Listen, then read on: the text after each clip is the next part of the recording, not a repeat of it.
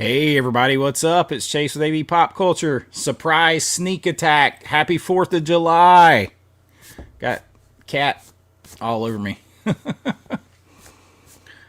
What is up? I know this is a sneak attack, so we'll give everybody a couple minutes to jump in. I said if anything big broke, I would come on, and Arrow dumped a big sale on us too today. So I got a little time, so I figured I'd come on and talk some movies. Gus is in the house. What's up, Gus?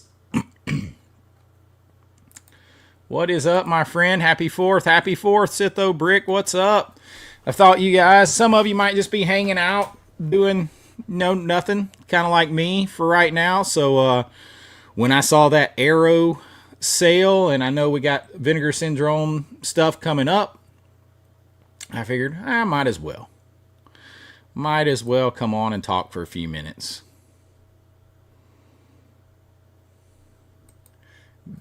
Let's see. Let's go ahead and get this thing up here.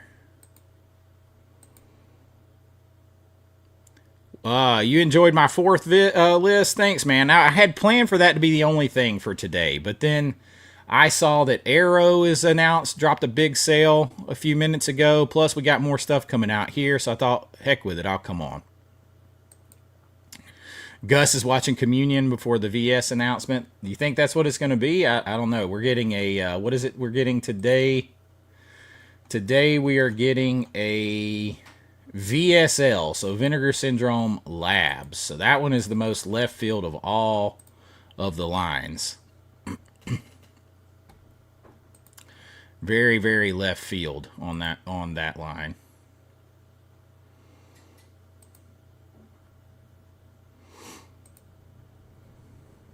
Let's see here.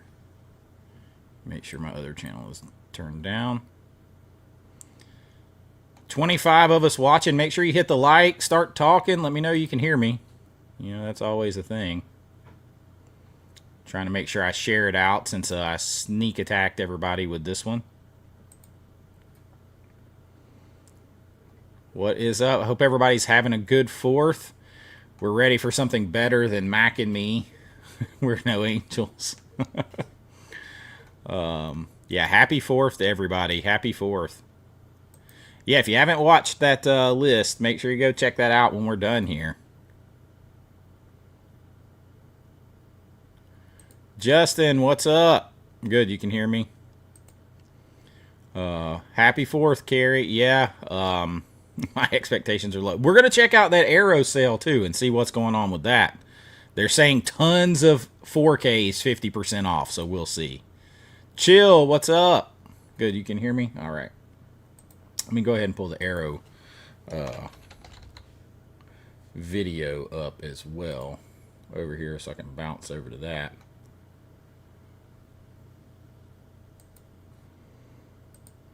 Oh, I appreciate it. Glad you're enjoying it. This is the first time I've ever done like an everyday thing like this.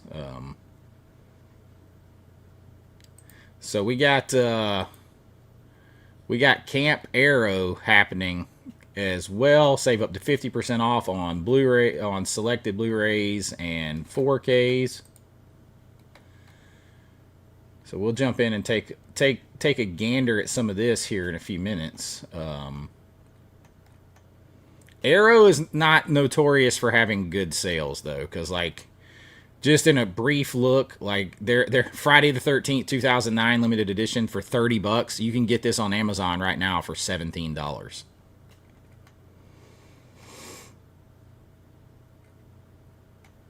So we'll jump in here and look. Usually it's their box sets that's the best, but we'll check that out in a few minutes. Happy 4th, William. What's up? Josh, what's up? Happy 4th. Gus is going to watch Fire in the Sky today. Good. That's a good watch. I mean, I just keep fingers crossed, but I don't see that one coming out under Vinegar Syndrome Labs, though. The Vinegar Syndrome Labs is the most ridiculous left field thing. Yeah, I wasn't going to, but I have a little bit of time right here today, and Arrow announced a big 50% off sale, so I thought I would jump on and cover that too, and we'll just see what Vinegar Syndrome has for today. So I figure, why the hell not? Like, Risha's outside, she's laying out in the sun, and my daughter is watching stuff in her room. So, for right now, why not come on and talk? And then I'm going to get off here and watch some movies. Will they save us money today? We'll see. Happy 4th, my friend. Blockbuster box sets in the house. Happy 4th, my friend. That is right. I will put that on here. Blockbuster box sets has a big sale, so I will add that to the bottom ticker so that you guys can find it. And I'll do that as soon as we get this at high noon announcement here. Blackberry. So excited. Let's see here.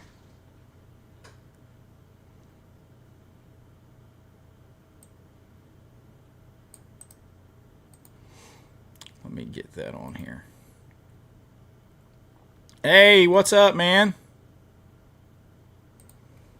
All right, so we got 57 seconds.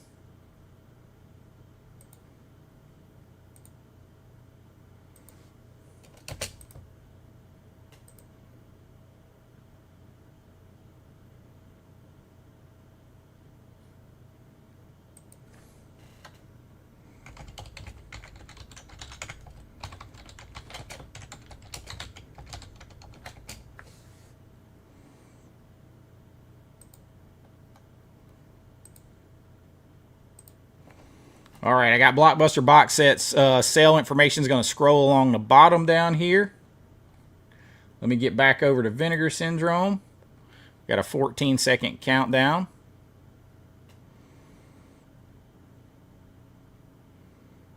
You guys got to check out those canvas prints from Blockbuster box sets. Those are pretty damn cool. Made it in time. Yep. Yeah, it's a VSL today. We're gonna jump over there and check out Arrow in a minute. Let's see what's happening here. Fire Maidens from Outer Space, which at least goes with kind of like an alien theme here.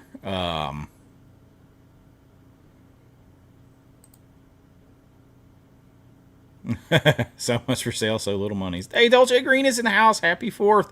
Don't forget to like. Yes, like. So we've got Fire Maidens from Outer Space. I know nothing about this. Looks like an old black and white film. That is very, very penis-like right there. I'm just gonna say, just profile. So we got a black and white film here. At least it's kind of on the theme.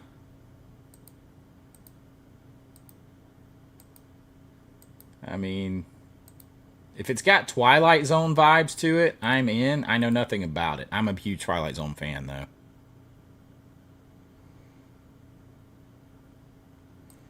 Well, that's it. We got Fire Maidens from Outer Space. We'll check what's going to be on sale. Blockbuster box sets gifted 10 AVA Pop Culture memberships. Thank you, my friend. I appreciate that. Bringing more people into the fold. Bringing more into the fold. Always spreading the love. Yes. Hammer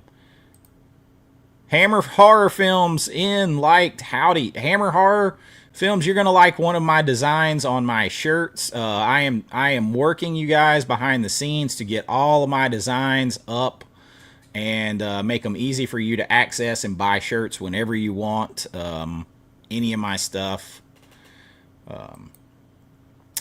Looks entertaining, but I'm going to wait for the sale on it. Like, for me, if I'm going to get it, I mean, $19.99, that's not too bad. I don't know if I'll get that or not. I'll see if I can show it to you before this is over with. Kind of give you a little peek behind the curtain. Carrie says I might like a 5-card stud proto slasher disguised as a western. Interesting. Interesting. I might have to look at that. Got to run for now, Justin. I appreciate you jumping in. Happy 4th. 85 of us in here. Hit that like button. So this is the one for today, from 1956. 80 minutes. You're in and out pretty quick. 3,000 of these. So that is the one for today. At least that does fit with the theme. We're No Angels doesn't fit with the theme.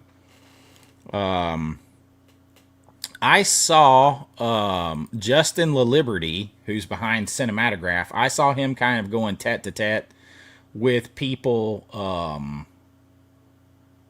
yesterday about why We're No Angels is a 4K, not a 4K. And he said because people basically complain about the price of 4Ks is the only reason that's not a 4K. I hate to hear that. I friggin' hate hearing that. So we could have had a better quality, but we don't just because people complain about prices. And so people complain about the price difference so they don't sell as much.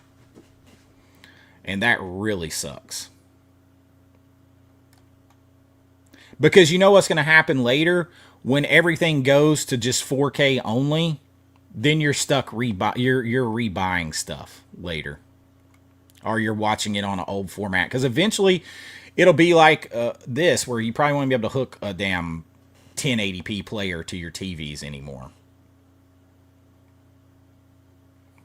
Let's check out what's on sale real quick. Daily deals. The Gausser Video Blood Cult. Cracking Up. Deadline. Dog Tags. There's Drop Dead Fred, but that's going to be just the standard. Joyride, a cinematograph that didn't move. I just think that some of these were a misfire on the titles. See, that's what I would probably counter Justin LaLiberty with in some cases, though. I think in some cases, what's not moving the titles is the titles, not whether it's a 4K or a Blu-ray.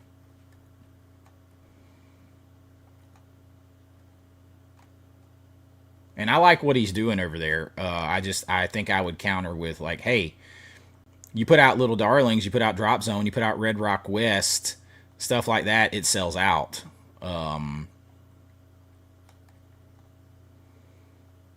There's not a lot in here today. Oh, here's Witch Story. Here's a 4K. This is probably the best thing going today. $21.99. I have not seen this, but it might be final. If you guys have seen this, let me know. Is this worth a pickup? Because I don't know.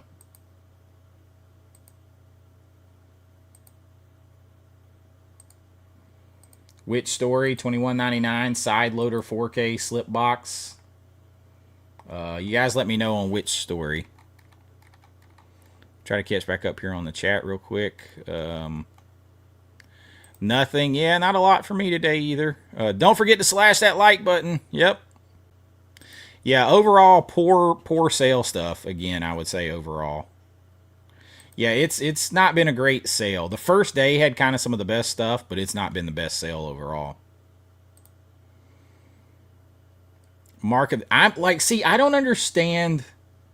I'm just going to be honest. I keep looking for the other VSUs to go on sale that they still have a shit ton of stock of, like Sidekicks and Daryl, for instance. Like, why are you not putting those on sale? You need to move those out. Those have been hanging around forever. Let's see. How many you still got of Sidekicks? I mean, you still got over 1,500 Sidekicks, like, what, 2 years later? However long that's been since you put that out? Like, if they put that on sale, I will buy it to go towards me getting 2 complete sets of VSUs. Same thing with Daryl, even though I'm not crazy over the movie. Like, what are you doing? You still have 1,700 Daryls left. All this time later, and Daryl was VSU 7, so that was a long time ago. Like, put these on sale. What are you doing? I mean, I would put Virtuosity. Virtuosity was January, so you're pushing that 6 month thing. I would, but definitely Congo. Congo, put that on sale. Put those on sale. Get some shit moving. And I would buy those. Let's see, did they finally sell out? They still never quite sold out of Six String Samurai, and they're selling it for $17.99 still. They've been selling it for $17.99 all week. I bought a second one because I'm trying to get a full two sets of VSUs. So I grabbed it at $17.99. Like, what are you doing? These the daily deals have not been good. Have not been good at all. I feel like which story is the best thing for today? But you guys have to let me know about that. I don't know. I haven't seen it.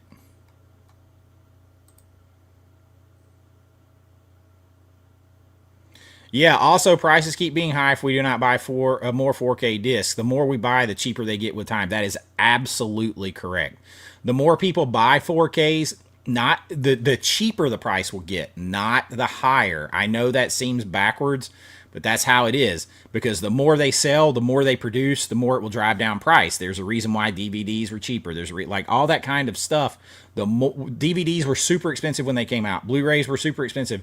The more there is, the more they buy, the more they take up the marketplace, the more the price will go down. Yeah, I don't care for that reasoning either, because you're knowingly giving us a inferior product just because you're worried it won't sell. What drives me crazy is like this one is probably one of the biggest casts they've had.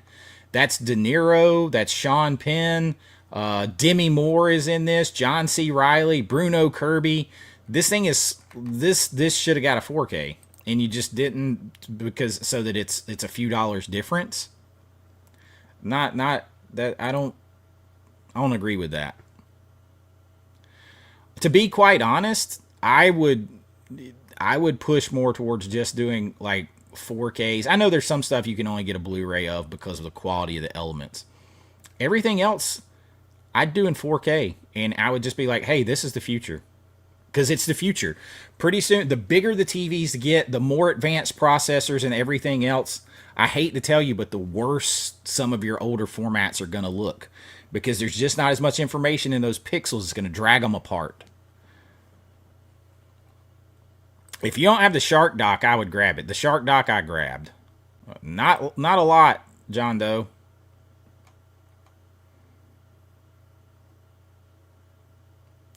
Which story is super fun, sort of comparable to, okay, Ghost House, all right. I might pick that one up. I like kind of like crazy. Is it somewhat of a haunted house style movie? They all like in a house the whole time? Kinda. I'd be down for that. Yeah.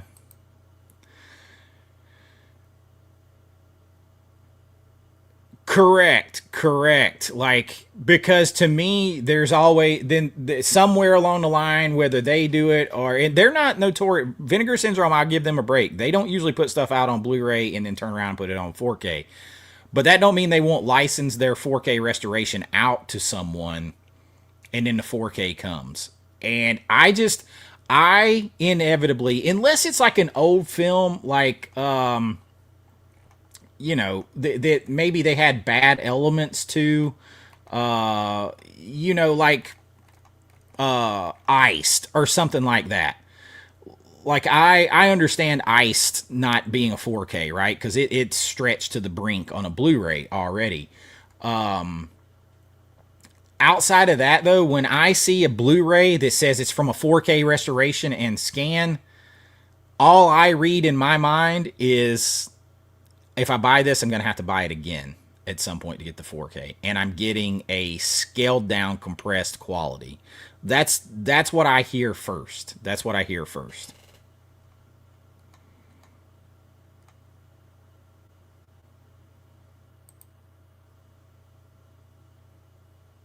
Okay. I'll probably pick up which story. Sidekicks came out January 24th, 2023. There you go. So 2.5 years ago, and they're still sitting on 1,500 of them. Put that thing on sale. What are you doing? That also goes back to, I'm just going to tell you guys, spoiler alert, I recorded my VSU rankings yesterday video. That video probably come out Monday or Tuesday. And dude, that goes back to my discussion with Ken and Garrett about the idea that VSUs are supposed to be like these kind of non-horror family kids movies and stuff like that. Two of the family kids style movies out of like the three that they've done aren't selling. Like Sidekicks and Daryl aren't selling. Years later, they aren't selling. The Blue Corner, can you find out when Daryl came out? They're not selling. Stuff like Showgirls, Roadhouse, even The Golden Child's down to around 2,000 and something left in just a month's time. Southern Comfort, Navy SEALs, these are all selling out. So there's like a disconnect there with your audience. And I don't know where that mindset got in. And I love those guys to death. And I talked to, like, you know, I told them this. I asked Ken on his live stream, like, where did that come in with you guys?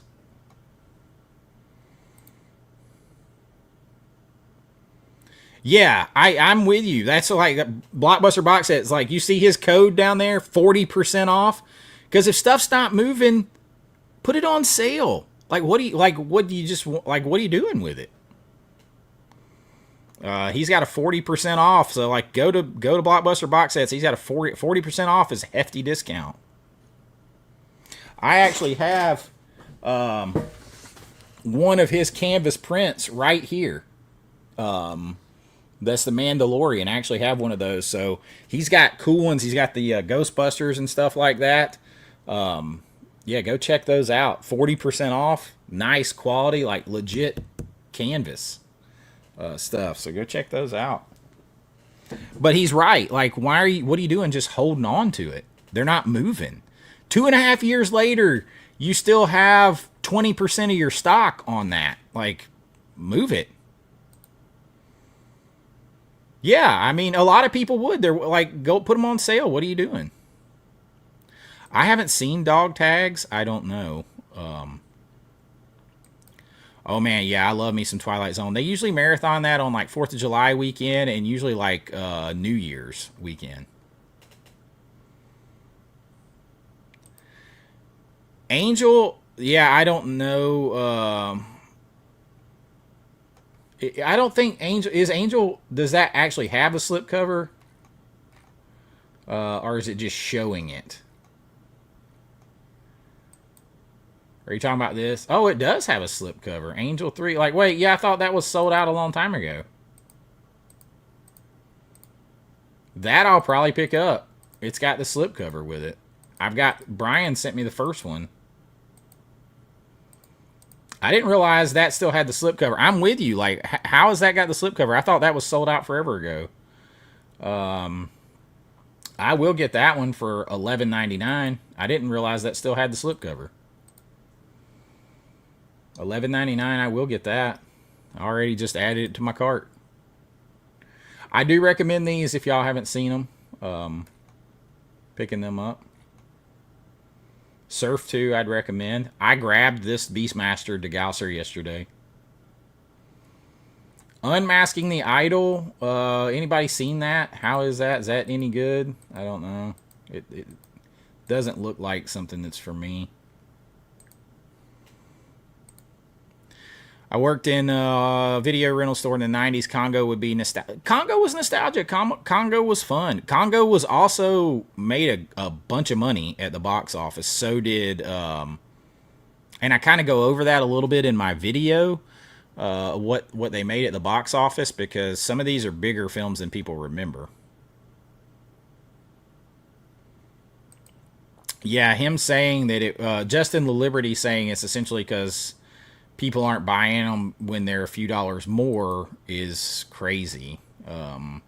You went through the trouble of doing a 4K restoration or a full restoration and a 4K scan on it. So, Let's see.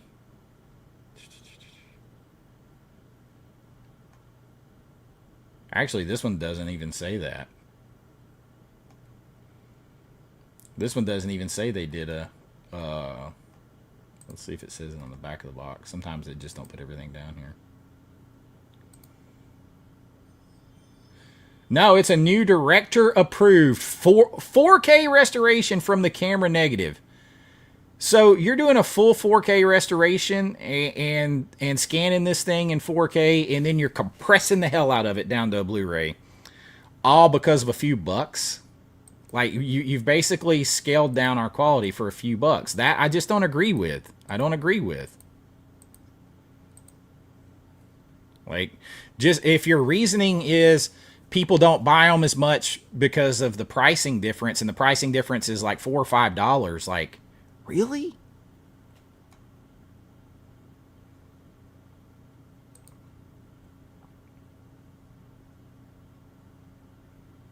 I would agree. I would agree. Like if I were Vinegar Syndrome, the quality of 4Ks they do, I would push to myself. I would push. We're only doing 4Ks unless the elements require us to just do a Blu-ray, and that would be it. Because there's some things, like I said, blood tracks, you probably can't do it in 4K because it will blow up the problems. Like you'll see more of the problems. Iced, you can't do it in 4K. The Blu-ray stretched it already. So my rule, if I was Vinegar Syndrome, knowing the insane quality of 4Ks they do, great restorations and everything, best in the business, I would say, look, everything we do is 4K only, unless the elements don't let us do a 4K. And that would be where I would go with it. Appreciate it, Gus. Yeah, and I'm not people are like, I'm not a 4K, told me I'm a 4K snob. I'm not a 4K snob. I just want the film in the best quality that it can be. I want it to look like the most like it was intended to look like on the day it was filming. And I don't want to have to buy it again later. So 4K is the way. If I buy a 4K now, I've got all those things. I've got the best quality. I've got it looking as close to what the director and the cinematographer intended on the day. And I'm future-proofed. So I might be in it for $4 or $5 more, but I don't have to buy it again. So to me, buying Blu-ray, like the old bird in the hand is worth two in the bush. Buying a Blu-ray now to save $4 or $5 is going to cost you more money later. That's how I see it. That's why I only buy a blue if blue is all is available and it's like cheap. I don't go searching blues. We're going to jump over to the Camp Arrow sale in just a second. So Daryl came out November 24th, 2023. So almost 2 years ago too. And you got almost 2,000 left still. Put those on sale. Why so Bluetooth in the house? What's up, man? I don't know if he's got any Jaws prints or not over there. You have to go check. The info's down there at the bottom. Frank, I hope you're doing well, man. To me, this VS sale has been disappointing. I did pick up... Dude, me too. And, it's so funny because in the span of a few days, I got accused of being paid by Vinegar Syndrome to shill for them, to being accused of being a Vinegar Syndrome hater. Like, y'all, I just tell you what I think, honestly, one way or the other. I don't crap on companies because I know there's lots of extenuating circumstances one way or the other. I just give you my honest opinion and try to be objective as possible, but I always explain why. I don't just get on and say, this damn sucks. I hate them. Why are they doing this? And I don't get on here and say, oh, they're the greatest in the world no matter what they do. I'm not going to do that. I'm a down the middle guy. Like, I'm going to just tell you what I think and why. I hate unsubstantiated opinions. Like, I just do. I hate unsupported opinions. But glad to see you in here, Frank. I hope you're having a good day, my brother. Been thinking about you. Dolce, have a great 4th of July. Thank you for stopping in. Thank you. I appreciate everything. Robert says, I think companies research how titles sold decades ago during video rental. It can give them an indication of what will sell. I agree. I think you need to do a lot of market research. You need to look at how stuff was, how it rented, how it sold many years ago, and then, I mean, hell, you could probably use AI to do this now. You kind of research the discussion of the films over time. Have they built the cult status? All that kind of stuff.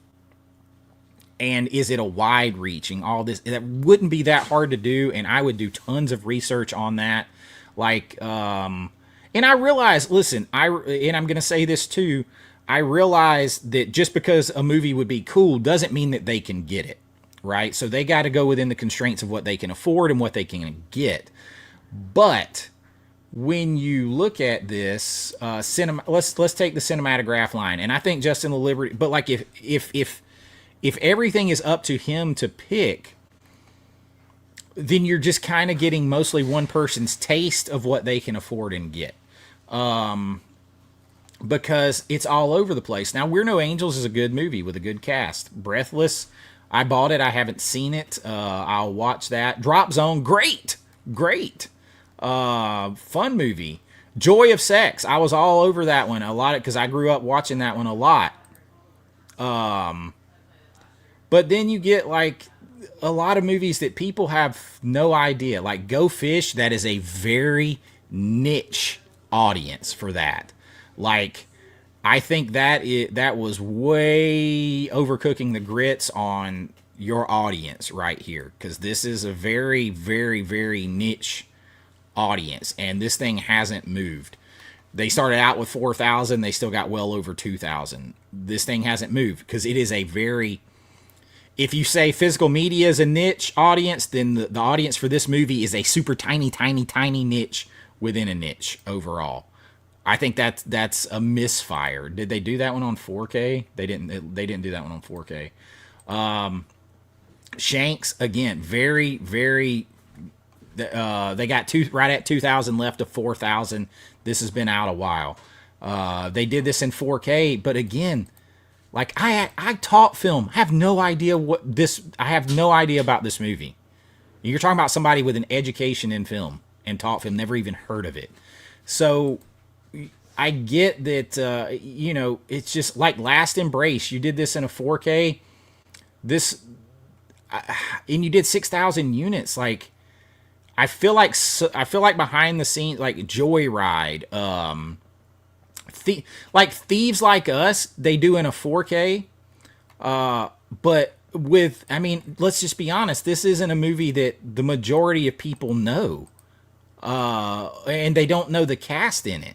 And you invested in that in a 4K, but you don't do We're No Angels in 4K with Robert De Niro, Sean Penn, and Demi Moore and John C. Reilly because you were burnt by this one. This just feels like someone's specific tastes are kind of guiding things, and they're not looking at the whole picture like Robert's saying here.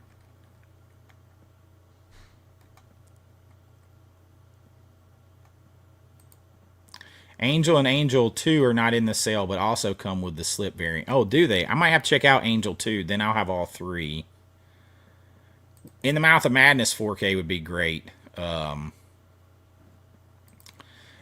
it's a good price. I have just no interest in it. Congo was a childhood great. Yeah. Oh. Yeah.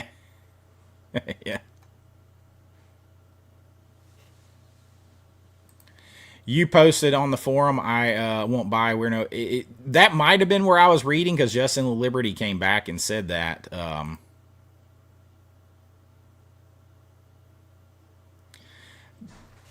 Yeah, it's not just the cost. It's the titles. It's the titles that they picked. It's the titles.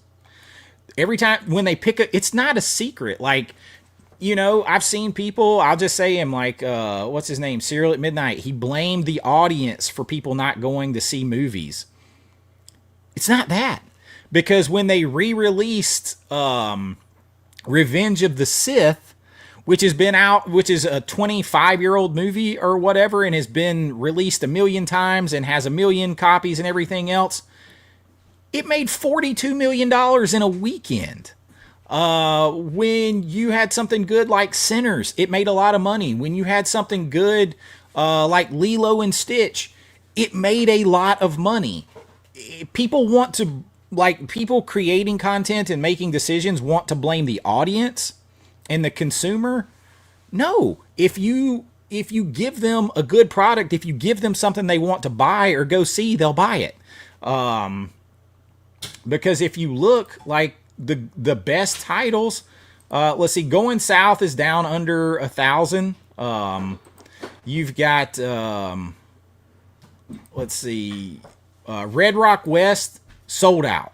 All right, you got some standards left.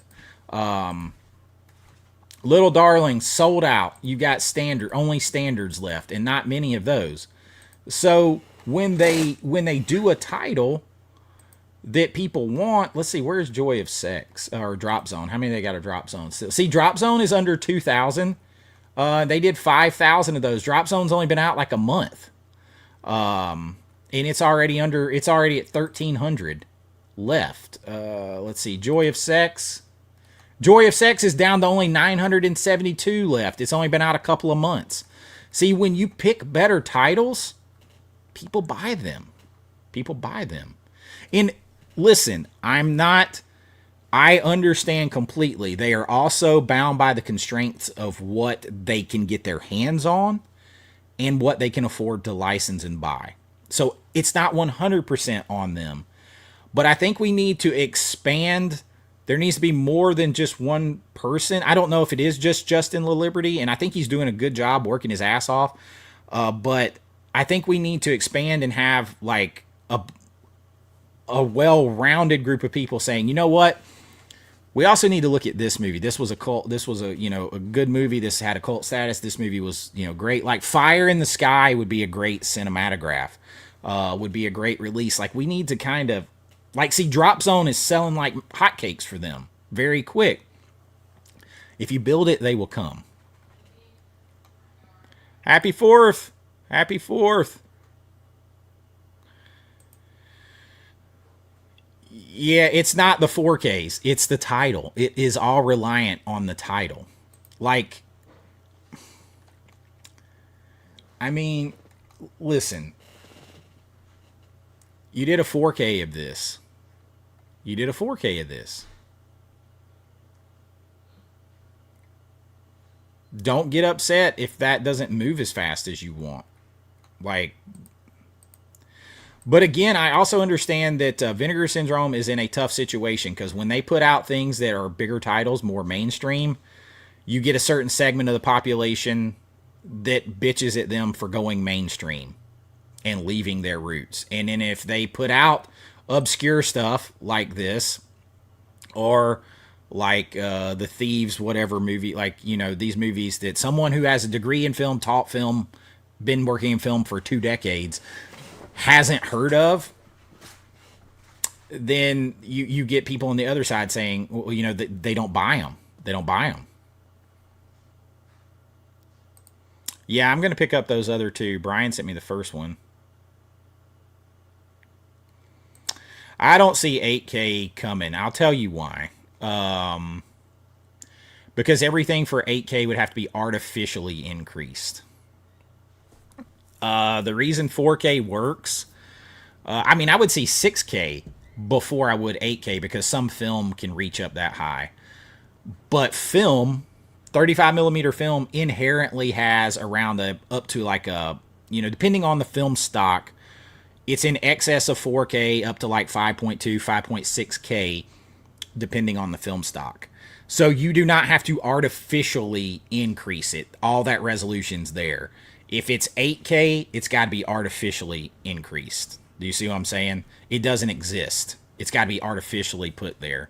So I don't see that. I don't. I also think you'd have to have discs that are the size of laser discs, unless technology advances. But you'll never get me on an 8K physical media format because it doesn't exist. it would be artificially raised to that. Now, digital films, if they're shooting with 8K cameras, then yes, you might get me to buy digital films shot like that, but I would never rebuy film movies on 8K because as a film purist, I know that resolution does not exist in the film, or at least in 99% of film stock, it doesn't.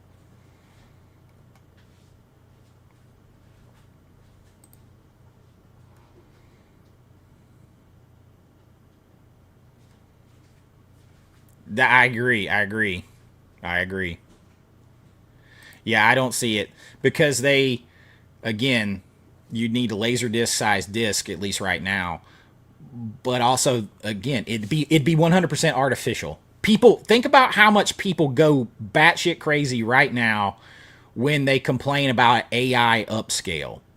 That's essentially what you would have with every single movie that was shot on film would have to just be an AI upscale to 8K. No thanks.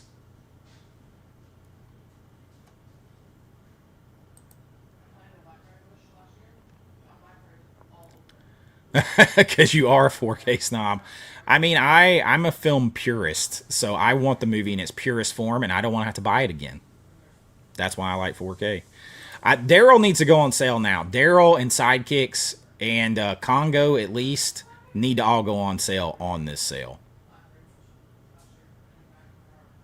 Yeah, Sony discontinued 8K TVs. Yep. Oh yeah, Looney Tunes. Yeah, well, that's the best those are gonna get.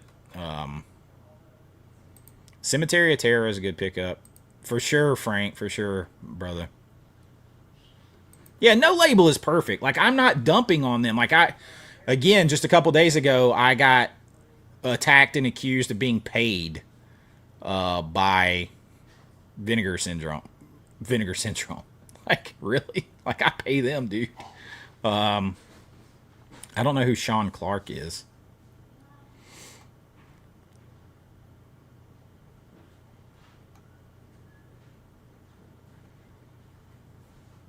That's it. People don't like to hear the truth. Like I'm not beholden to anybody.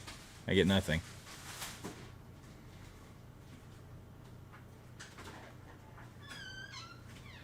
They probably spent all their money on the rights to Mac and me.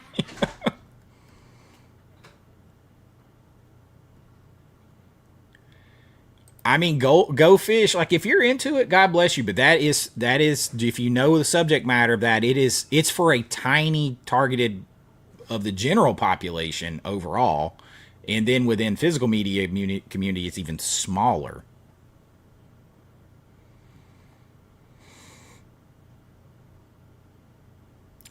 Joy of Sex, American Pie, kind of. American Pie, Fast Times at Ridgemont High, early 80s, kind of bounces around, but from a girl, you have a girl and a guy in the movie who are trying to lose their virginity. You got Ernie Hudson in there playing the cool principal, kind of like a he's got a military mindset as a principal. You got Christopher Lloyd playing the girl's father who is she's trying to lose her virginity, but he's also like a PE coach or whatever at the high school, kind of a crazy role for him. But also, to add into the mix, she's a super hypochondriac, so she thinks she's dying because she has a mole on her, so she thinks she's dying, so she's trying to hurry up and get laid as fast as possible. It's fun. It's fun.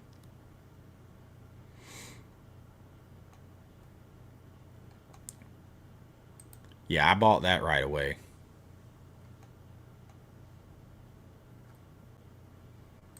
Yeah, you have to keep your finger on like what sells, and there's a lot. I feel like so I don't, and again, y'all, this is just me thinking out loud. I'm not going after anyone, but we all know Justin LaLiberty. He gets a lot of credit for the Vinegar Syndrome cinematograph line. That's like his baby, right? I don't know if he has other people that he has to get the titles approved through. I don't know how any of this works, but I think you run a risk sometimes if one person projects their likes and what they would like as 100% onto what everyone will like and buy. And I think you have to have a more wide mindset if you are anywhere in the decision making process for films that you acquire to put out on a specific line, right? It can't just be what you like out of this group of films. It can't be, because then you're not reaching a wide enough audience. What you need to start with, if you want to only put out films that you really like, is take your confirmation bias out of it. Don't think just because you like them, everybody likes them. Take a movie that you like and that you want on the line, and then go out there and see if there is a wide interest in that movie.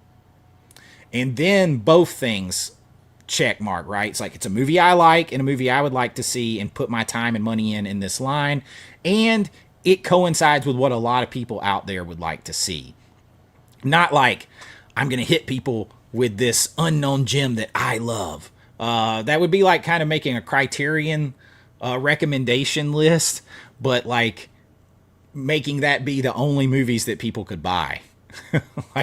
like this is my list, and you're either going to buy it or you're not getting one. Like, you see what I'm saying? And I don't know the whole process. That's just me thinking out loud, because he's very proud of the titles that he gets. They're movies that he really likes, but that don't mean everybody's hunting those.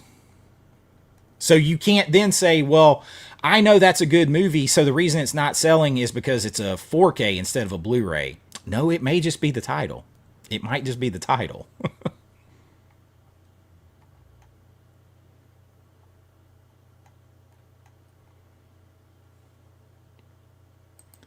That's part of it. That's part of it. But you also have to think about who you're selling to. They also, listen, y'all, if they're growing, and y'all got to drop some of this, because these movies don't keep the lights on, y'all. If they did, these motherfuckers would sell out. They're not selling out. So people can, on the one hand, oh, you need to put only rare, obscure movies. If people aren't buying them, y'all, they can't do that. Like, because on the one hand, people say, isn't Vinegar Syndrome about doing rare, obscure films? Yeah, and they do plenty of those. But do those sell out? Most of the time, no. Do you know what sells out? Roadhouse, Showgirls, Amityville Horror, From Beyond, Texas Chainsaw Massacre 2. Those are the ones that sell out, not the rare, obscure stuff. Most of the most obscure stuff doesn't sell out. The other things that sell out with them are the big cult hits, iced stuff that gets on the FOMO train. The obscure stuff doesn't sell out.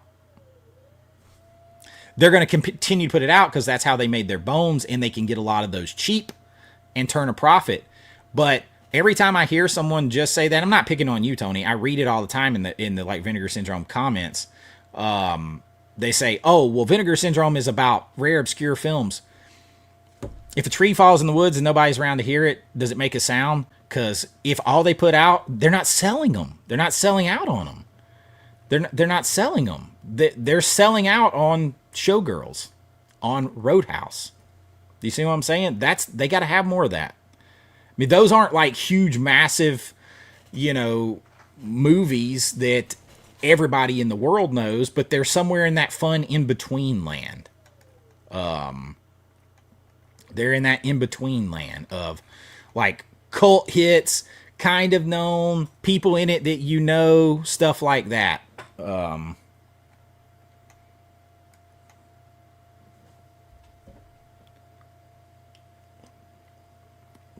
That's it.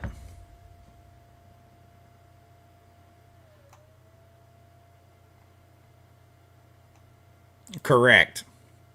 4 times it. Yep. The same way 4K is 4 times the information of a Blu-ray. A lot of people think it's just twice.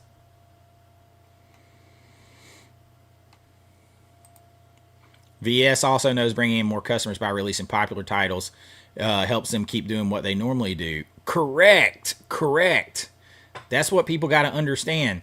they need, like, I feel like movies like Dirty Work and The Golden Child and Roadhouse and stuff, they exist in just that right zone of being known, but not like, it's not like Titanic or Terminator 2 or, Avengers or whatever. But it's also not Blood Tracks or lower down like Go Fish or Iron Angels or what. It's not all the way down there. It exists in this beautiful middle zone. Honestly think that's more of where they need to live, and then have a few over here down on the lower end to still keep that happy. That's I don't think it's the problem of the 4K being a couple dollars more is my ultimate thesis here. I think it's the titles. It's the titles. Because where is Dirty Work? Dirty Work's already down to 792 left. And as much as people hate that cover, it's still down to 792 left. The Golden Child already sold about 75% of its stock in a month. Jade not moving as fast. People don't care about that Friedkin movie as much.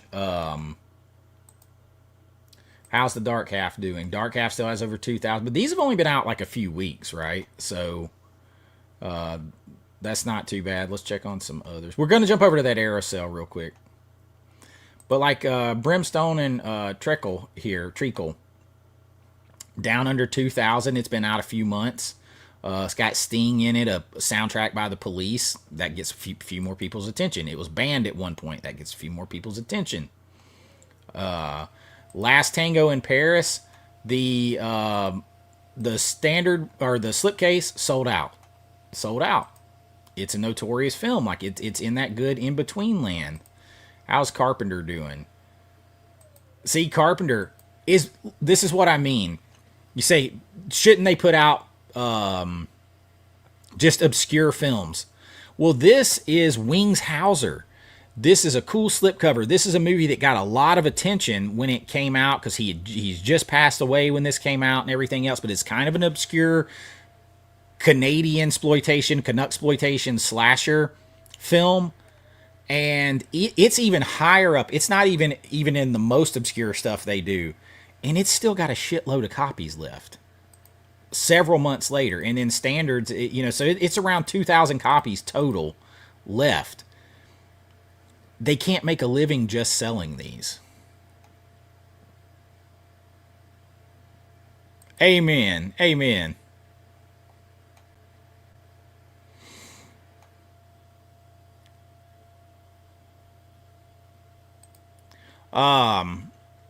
Mac and cheese.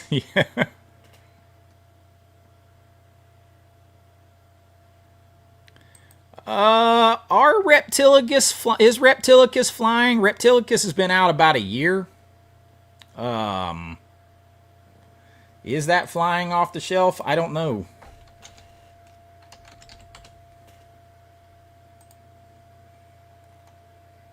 There's still over 800 of Reptilicus left. I'm pretty sure that came out about a year ago. And they only did 6,000. So I heard Navy SEALs VSU being made fun of about how it wasn't selling, and yet it sold out in a little less than a year. So is this flying off the shelf? I don't know about that. But, I mean, I understand why they continued on and did that one with a 4K side loader. You're 1,000% spot on. I choose my titles that I make very, very carefully. Yeah, you have to consider what you like and then see if that correlates with everybody you want to sell it to. It can't just be about what you like and what you got to kind of like look outwardly on it. And I mean, I feel like Cinematograph, to some extent, feels like a line that is curated by one person's taste. And that's just a dangerous way to live. It may not be. It may totally not be. But it feels like that.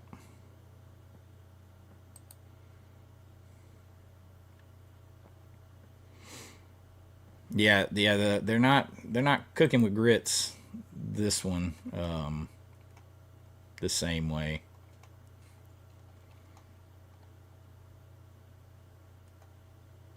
Yeah, but if your eyes are going down in quality, then the lower quality is going to look even worse. You need better quality.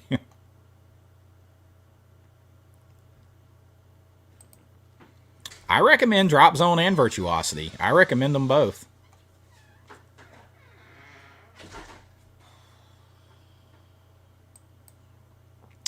Like, I love Ilsa, She Wolf of the SS. So do I. Everyone will want it.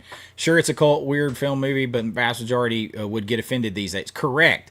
And that may be part of the reason you haven't seen it come to 4K. Because I think there's a big cult market for that film. But you have to go out there and make sure before you do it. And that may be the reason why it hasn't come out.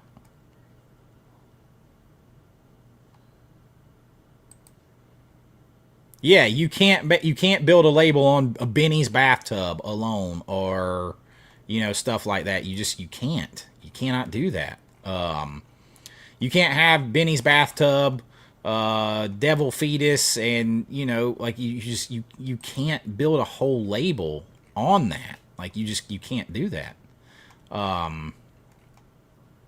Let's see, where is Blood Tracks standing?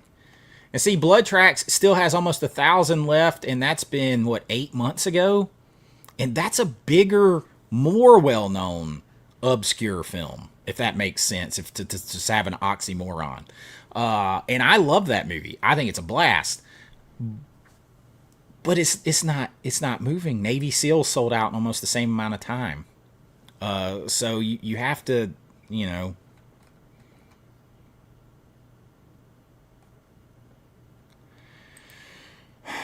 I would just watch it, man. I always get antsy when they drop down to 1,000, so I would just check back in on it. I mean, the price isn't going to go up on you, and it's not going to be on sale anytime soon. So I would just watch it. It is a great 4K.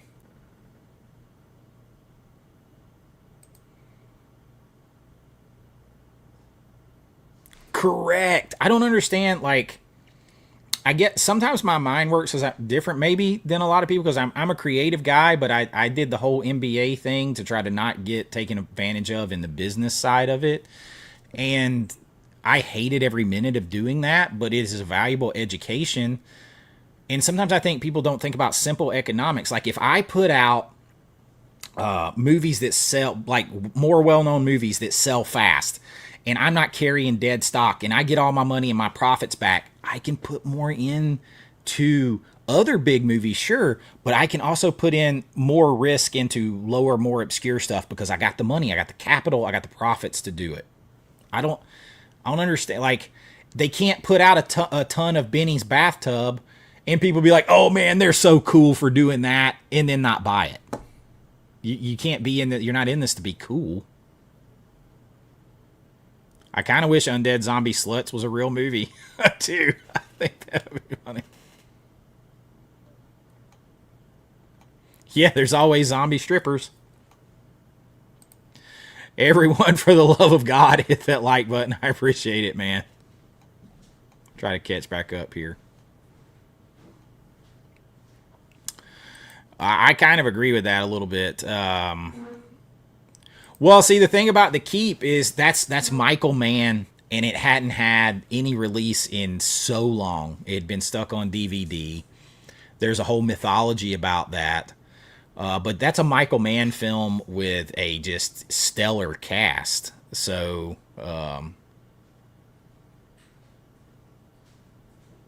let's see. Okay. I don't have any of that on. Told you know where the air mattress pump is, dude. I do not. Should be over there somewhere. It's not in here. I got moved out of here.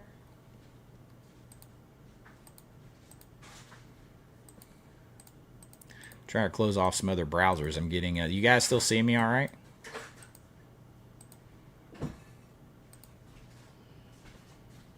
It's got a new home, but I don't know what the new home is. Let's see here.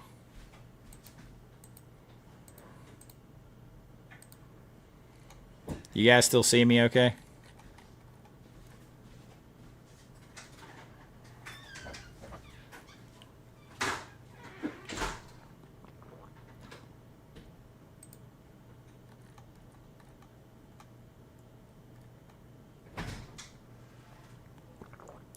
Yeah, Blood Track's got some bad audio, word of mouth, but I watched it. I'm like, y'all, this is an independent, low budget film shot in the snow forever ago.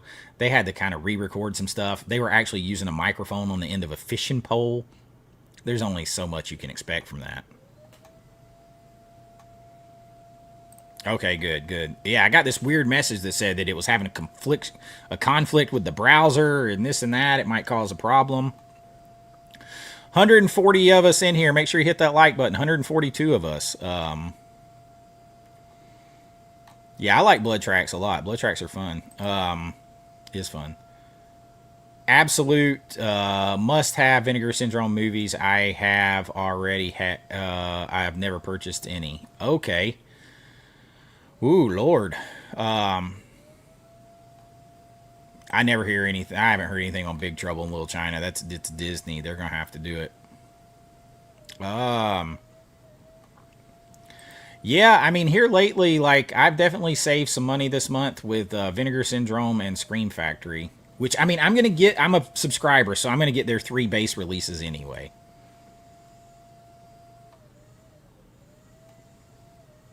Drop Zone and Virtuosity are good. Yeah, they're solid. They're solid. If you've never bought anything from Vinegar Syndrome before, where did you go?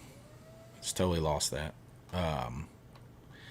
I mean, I would start with some VSUs, and that would be a good place to start. That's the Vinegar Syndrome Ultimate or Ultra, like the Golden Child. I high recommend this. I think it is one of the best 4K restorations they've done for these VSU lines. So I recommend starting. VSU is what pulled me back in. That's why I have a soft spot for them. I tell that story in the video that's coming up, so I'm not going to spoil it. But the Beastmaster VSU is coming back in. Did the Beastmaster sell out? If you haven't gotten anything from Vinegar Syndrome, it's just the standard edition. There's only 43 of these left. Get Beastmaster. Get the Beastmaster. Get it. Huh, did you hear that? Yeah, Risha was using something. It was actually a air pump outside. She had the door open for a minute.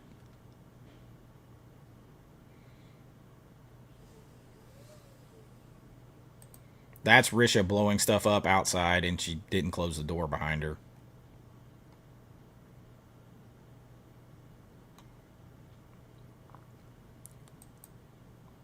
Yeah, maybe I should do a list of like 10 that I would do. I mean, oh hey, shit, I did do that list recently. Hopefully she hurries up and finishes blowing that up. Let's see, Duncan.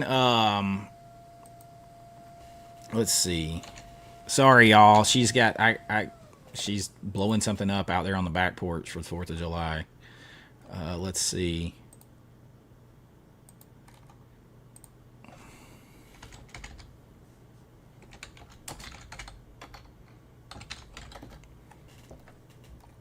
I'm actually going to go over here and I'm going to make Blockbuster box sets a moderator on here to help me. He can put in some links and stuff too.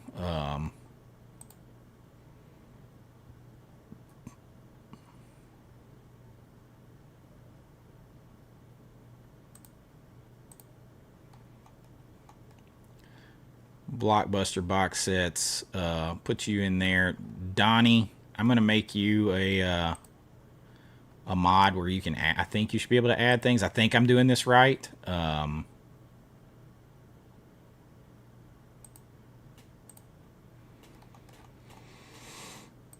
That way you guys can add when somebody's look. Because I did. Here we go. I'm going to post this link in here for you, Duncan. This would be a good place to start. Let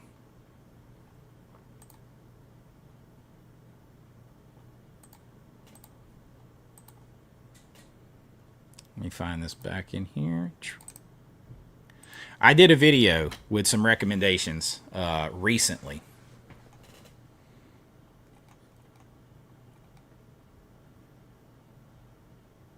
Those are solid. Those are solid. Yeah, right now for sure. If you're just starting out your journey, you can go back because they re-released some of the best 4Ks they've done right here. Amityville Horror, From Beyond, and Showgirls at that price, insane, insane, must buys. With the slipcover, that would be a hell of a 3-pack to start with.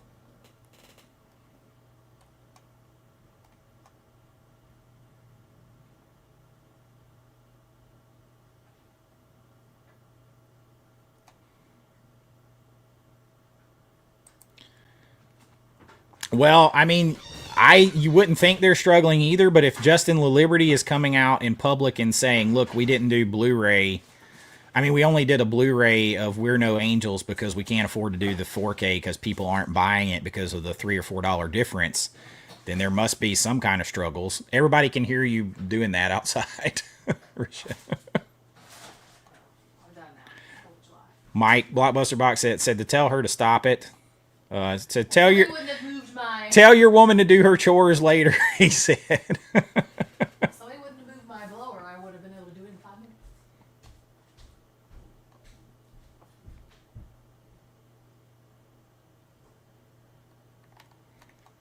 Let's see. Might So yeah, like I mean, you can say they're not struggling, but if he's on there saying they are, and that's why they can't do it on 4K, then you maybe need to change what you're putting out or something.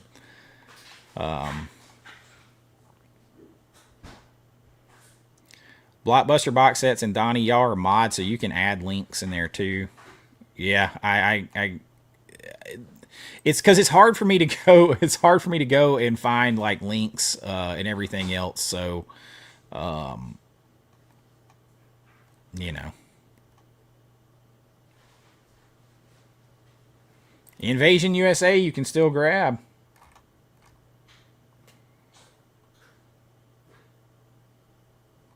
You've been voluntold. That's it.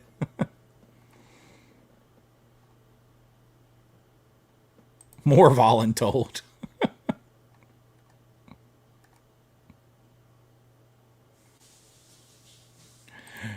Nothing. You can just add links, or if people are being rude, you can put them in timeout or whatever. It's not like you don't have to do anything. But I don't think anybody can add links. I think it has to be me or a mod. I don't know, y'all. I don't know. Somebody was telling me that the other day.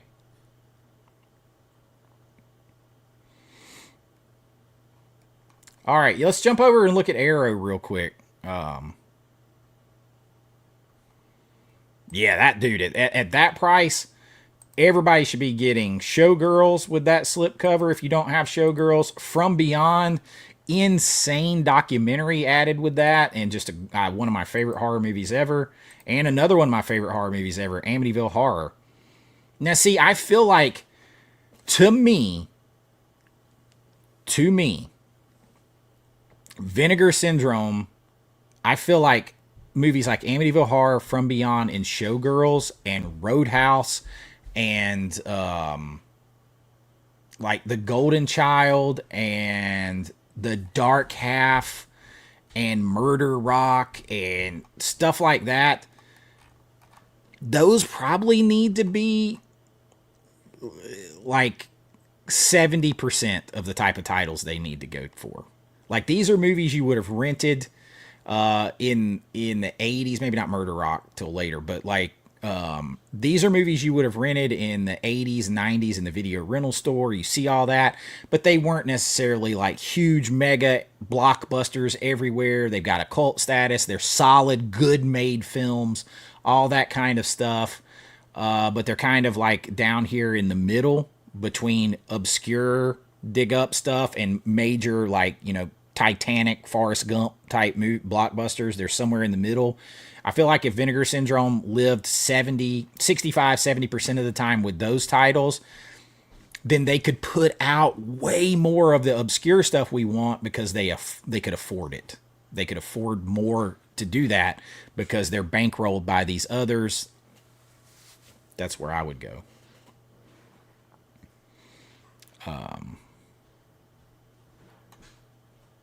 like old Canon films would be good for them. Like I really feel like Cobra is more of a Vinegar Syndrome film than Arrow.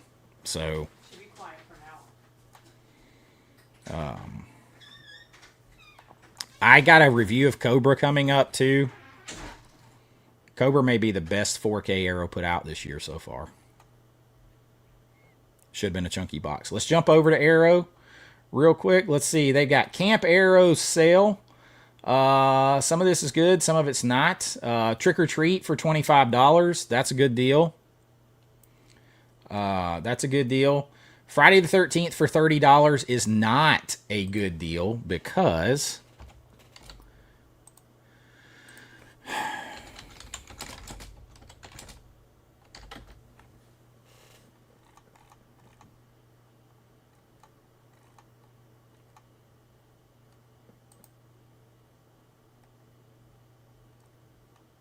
Oh, well, it's sold out on Amazon right now. It was only $17 on Amazon.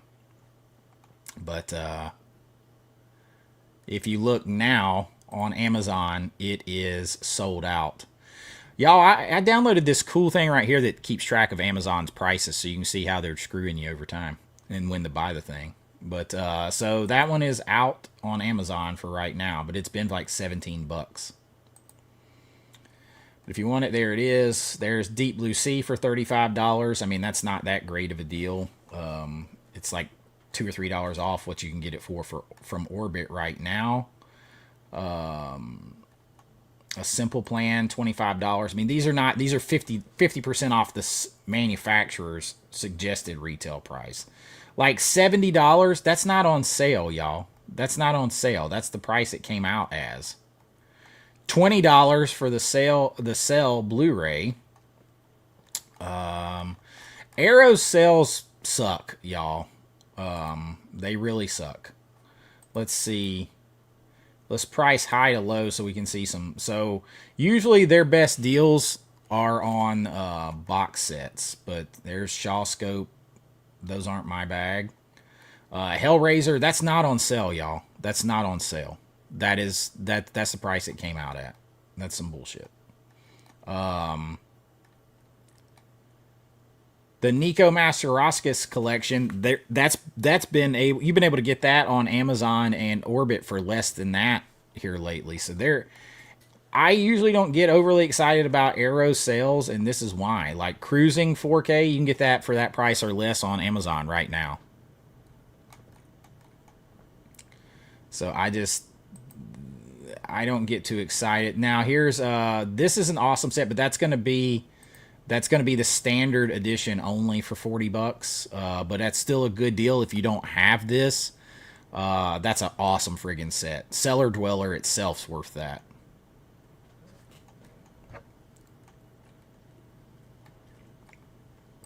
There's a Giallo Essentials, a black box set. If you're into Giallo, $35 for those movies, not too bad. Feast is $40. Okay.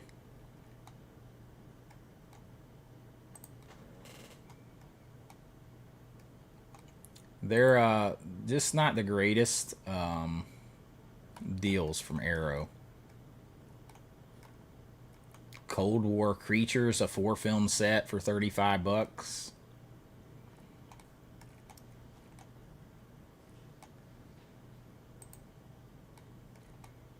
Yeah, I'm not seeing a lot. Arrow sales suck.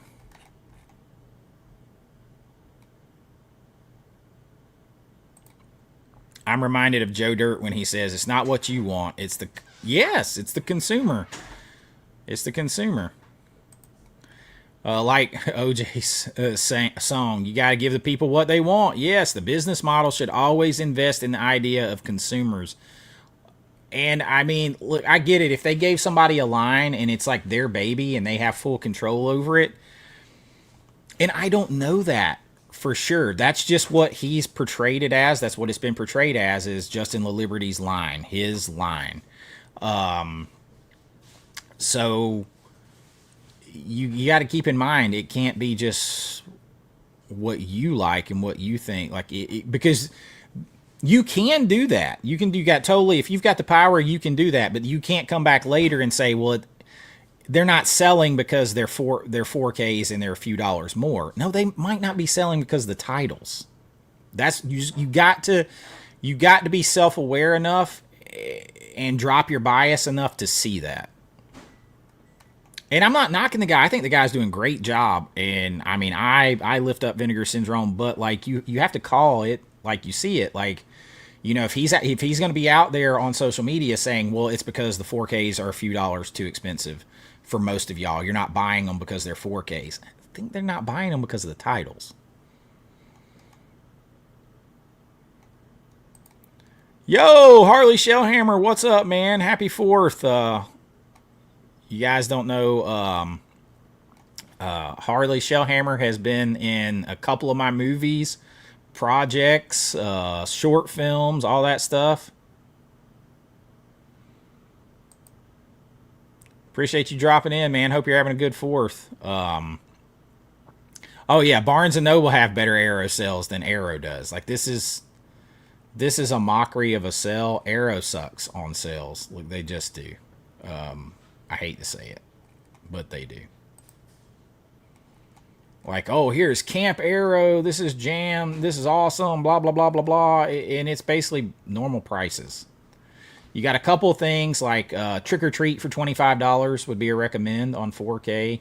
The Cell there for $25 on 4K. Because those still going to have the slip and everything with them. But this cell blows. It's not worth looking at. B MAGA in the house. Listening and lurking. That's fine. Oh yeah, Sorcerer would have been a great VSU.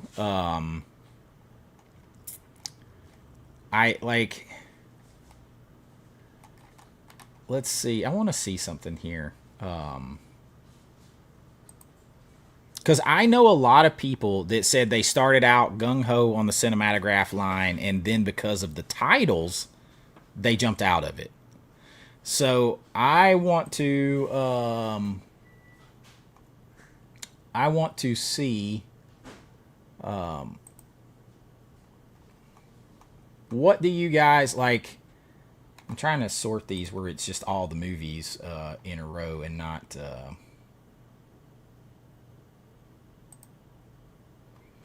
So, out of all these, like, what are you guys like?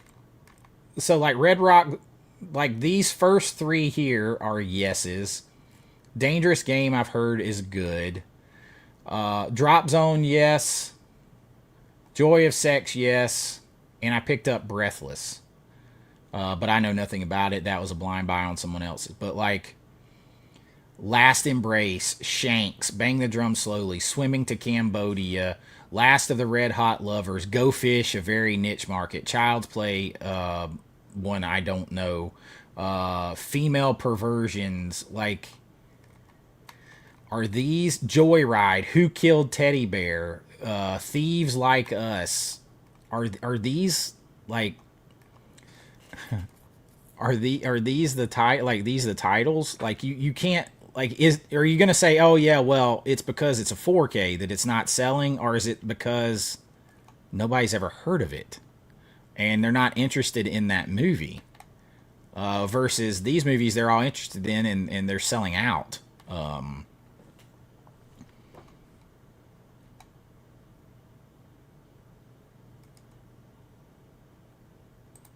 Here's a thought. Why don't they go make more VSU packaging for those titles that sold out and put their standard editions in them, turning them back in? Yeah, that would be... But see, they paint themselves in the corner with that, because then the people who bought them say, well, that's bullshit because now it's not as limited and you had me pay a limited price for it. But, I mean, to be honest, like... those come out and they are like, what's the price on the Vinegar Syndrome Ultra when it comes out? Like, non-subscriber price is like $44.99. I don't think that's that expensive for a big box set like this. Like, $44.99 it is like people complain about price. This is a hella good price for all of this premium packaging and extras and all that kind of stuff. All this artwork. I don't think $44.99 is bad at all. So the problem I would say that you could have here is if this packaging is $44.99, and then you come over here to the cinematograph line, and you go to a 4K. We got to find a 4K.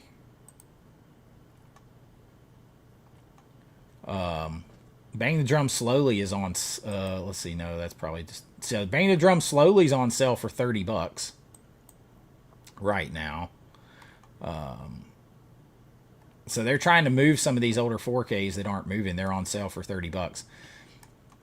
These came out at more than $30. The Cinematograph came out at like $34.99 or $39.99 4Ks, and that I feel like that is $29.99 is a fair price for the Cinematograph. $34.99 is a fair price for the Cinematograph, but there needs to probably always be $10 difference between them and the VSUs, in my opinion.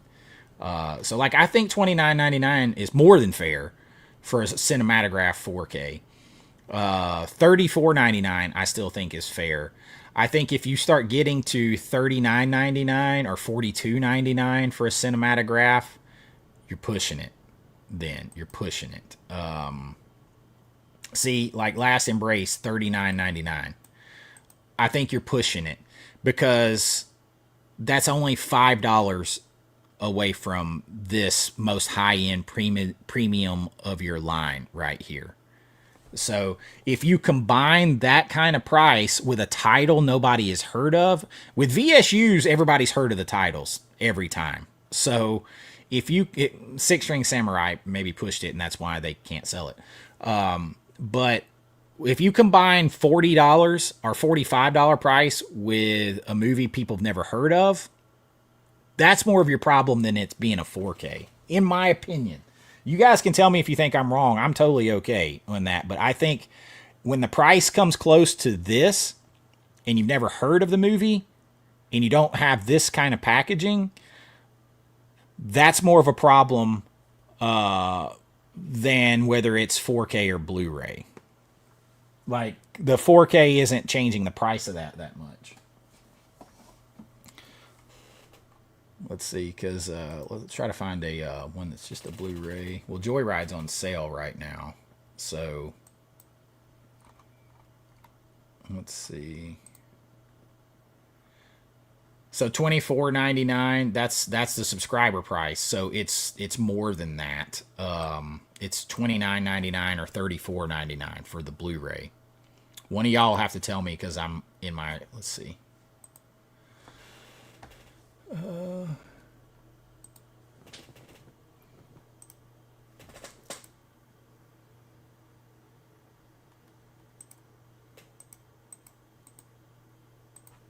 Let's see if I can go incognito window.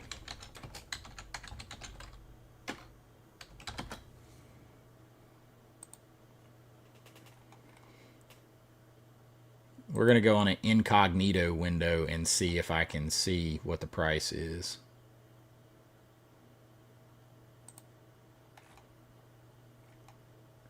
So yeah, you're looking at $40 for Breathless. See, $34.99, y'all. Like $34.99 for a Blu-ray of Swimming to Cambodia. It's probably the title and how much you're asking, or it's probably the title more than how much you're asking.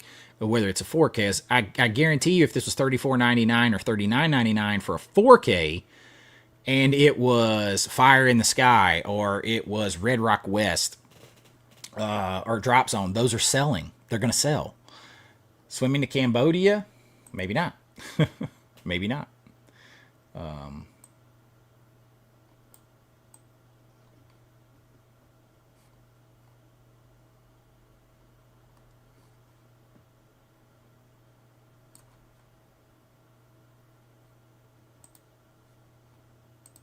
Now we're back over here on my price, so. Yeah, not great. Joseph Vincent in the house. I'm late and can't stay, and I'm behind on the chat, so he's probably already gone.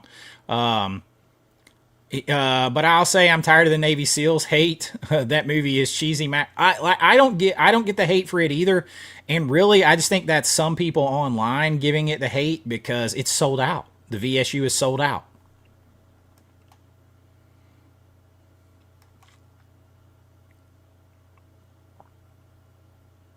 The VSU is sold out. My man Joseph Vincent, you guys should check out his channel over there.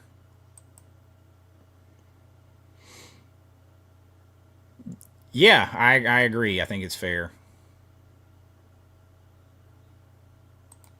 If Vinegar Syndrome would do a cheaper version of the sub where you get the discount / order stacking, but not the monthly releases, I want all the other perks. Yeah, I mean, that's something they could probably consider doing. Shark exploitation and slacks are getting low.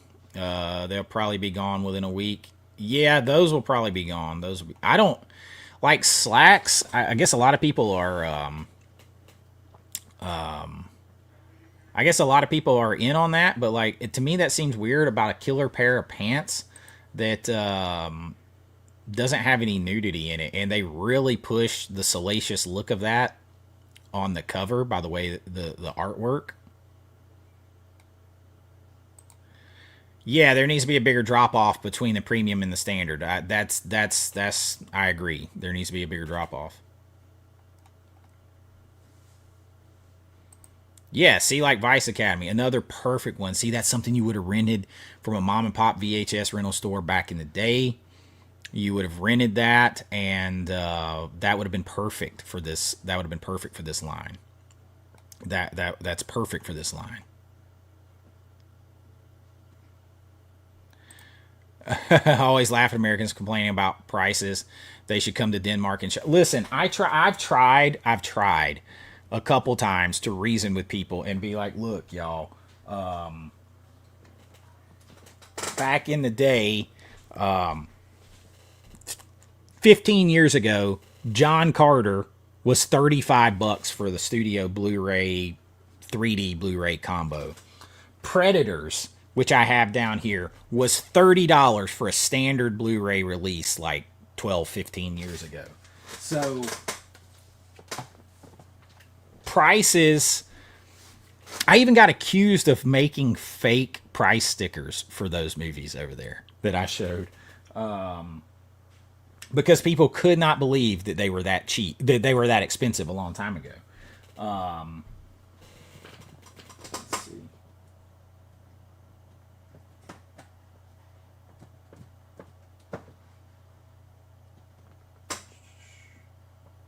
Well, here it is. Standard Blu-ray, all those years ago, $30. Okay. And people be like, yeah, well, they had sales though. Well, they got sales now. So I bought like 12 4Ks recently from a Screen Factory sale for what came out to like $14 a piece. So there's sales now. I don't think the price is that high. I think the problem is there's so much more to buy now because you've got all these back catalogs that's being re-released and upgraded, plus new stuff that's coming out, and multiple labels doing it every single month. That it feels, because there's so much to buy, feels more expensive.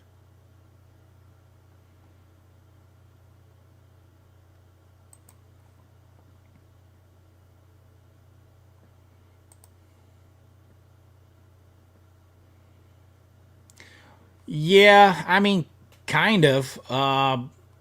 But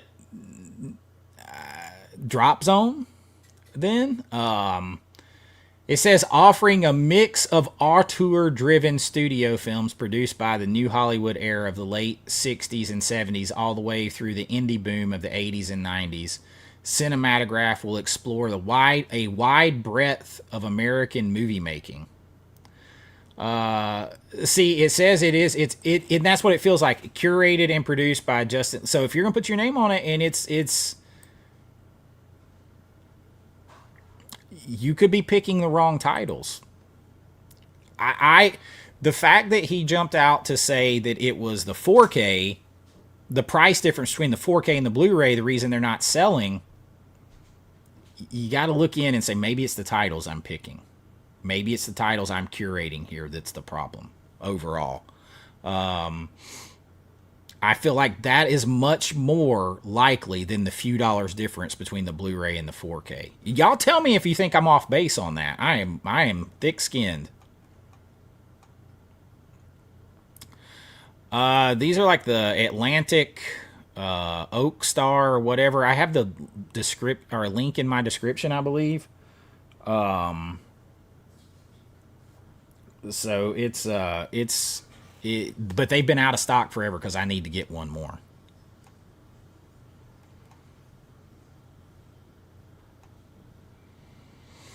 Yeah, they're all that much when they come out.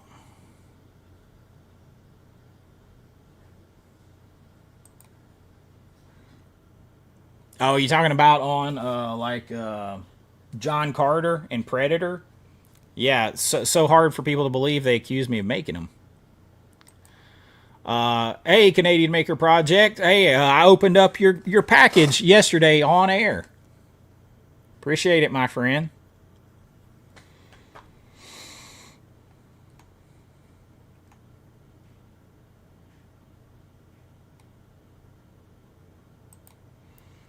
You know, someone that was excited for Navy SEALs when it was released saw him chatting about it recently, saying his heart sank and he laughed when he saw Navy SEALs revealed. Yeah, people, 100%. People get on here. I talk about it all the time. Hype train, negative or positive. They get on a hype train and they don't evaluate things objectively.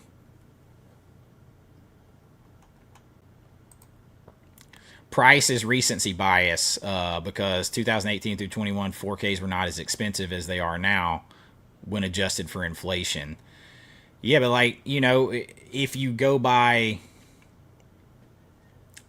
I mean, to me, physical media has always been expensive. The first VHS we bought was like $70 in the 80s. So, and you know how much money that would be, like $200 or so now.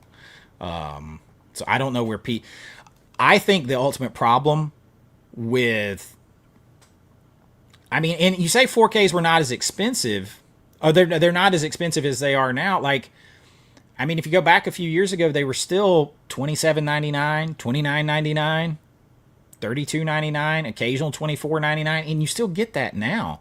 So, and inflation, they should be adjusted for inflation. I did it on the whole video. They should be about $54 right now for a standard release. If they haven't really kept up with inflation at all, so people just don't get it.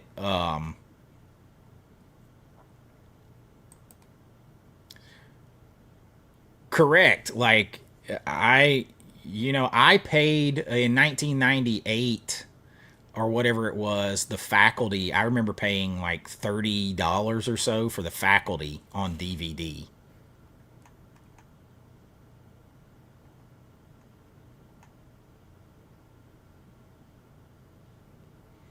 Correct, but they get on and they blame physical media.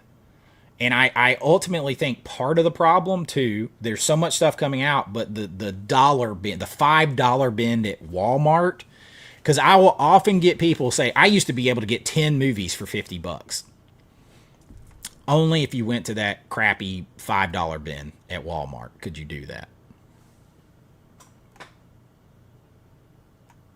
Yeah, we were talking about that sold out release. Yeah, that's what we were talking about, is the sold out release. That fits in perfectly with them, and it sold out.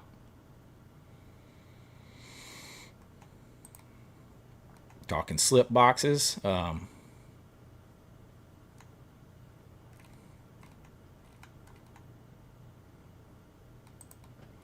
So I want to thank you, Chase, for all the top 10 video lists you do. Thanks to you, I get to see awesome older movies that I never knew existed and get to enjoy them for the first time. Thank you. Oh, I appreciate that.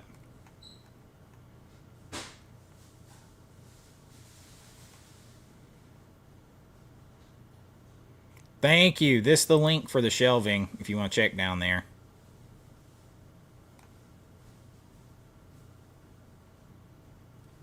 just a bit outside. He tried the corner and missed. I don't know what titles might be on there yet. I am looking to finish my surround sound system on Prime days.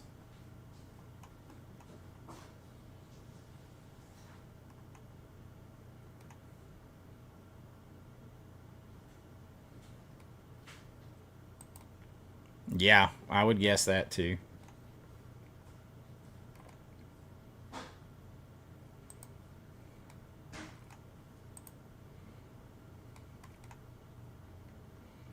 I don't know how. We'll see how fast that moves. I don't think it's going to move as fast as everybody thinks. It might.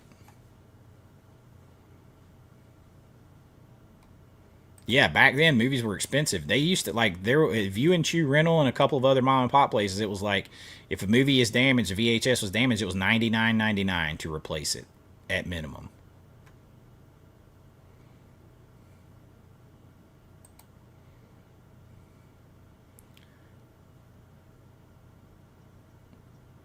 Yeah, right, right, exactly.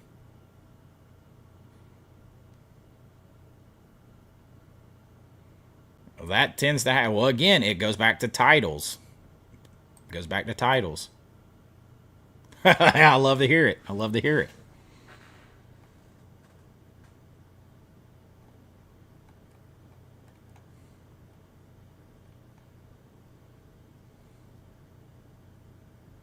Said, well, we all watched the live the other day and saw at least one copy of Mac and Me. Yeah, I bought it. I bought it. And B Maga gave me the money to buy it.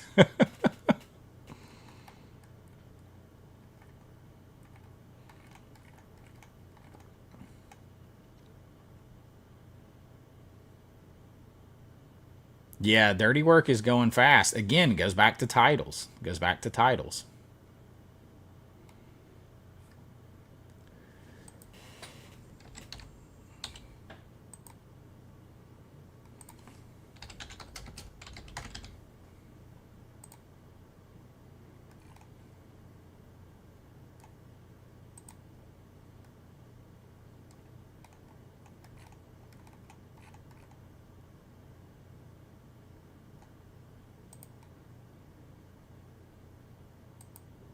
I mean, I'm sitting here looking at John Badham's.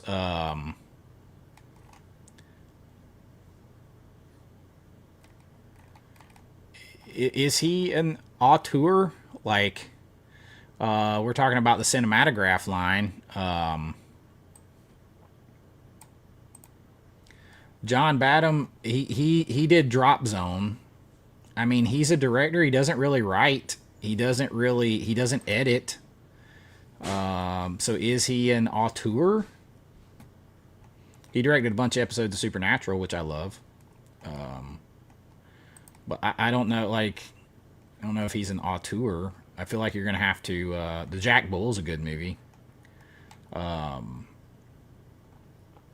He did War Games, but like I don't know, like doesn't isn't auteur usually somebody that kind of like does a lot of the stuff themselves and everything too? Like,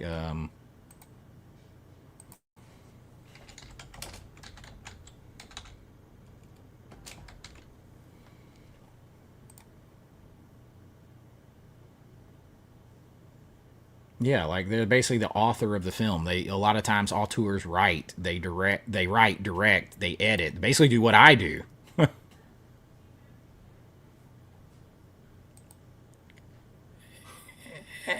How? What makes him an auteur? Why would you call him that? He's mainly just directs.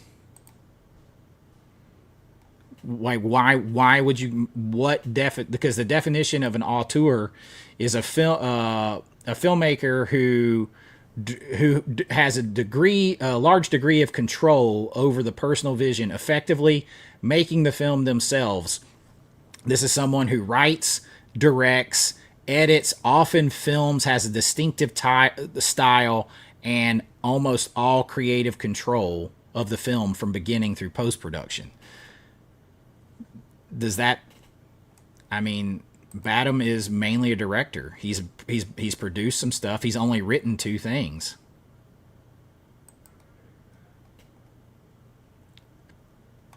He wrote a story for War Games for a video game, and Whose Life Is It Anyway? A participating writer.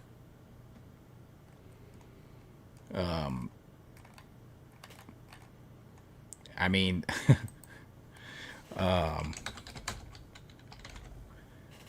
wouldn't you see more? Like, this is mine. Wouldn't you see more of like director 16, cinematographer 17, writer 14, producer 15, editor 15, actor 9, composer 3, like all this kind of stuff? Wouldn't you see more of that? I mean, I'm not knocking him. I love Drop Zone, but like I'm saying, they stretch. I feel like they stretched the definition for that movie. So do it. Like maybe stretch and grab some others.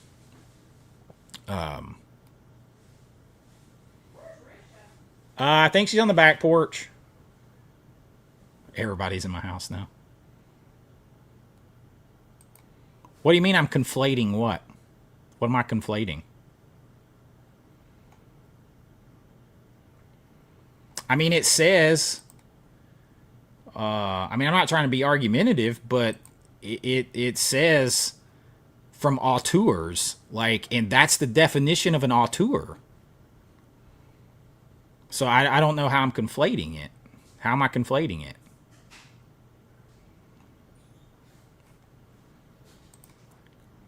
Michael Bay is.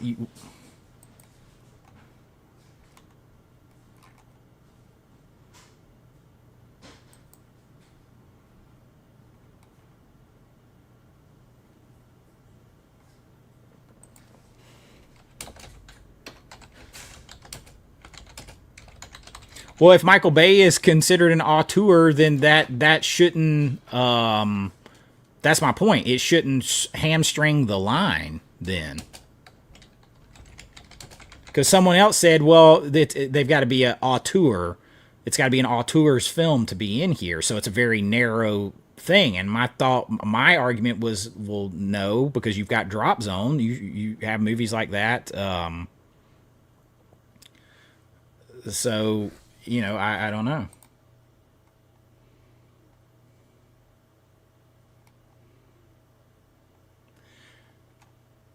Well, but the thing about, I mean, you can argue with Michael Bay is his movies are easy to see, right? They're easy to say, yeah, that's a Michael Bay movie.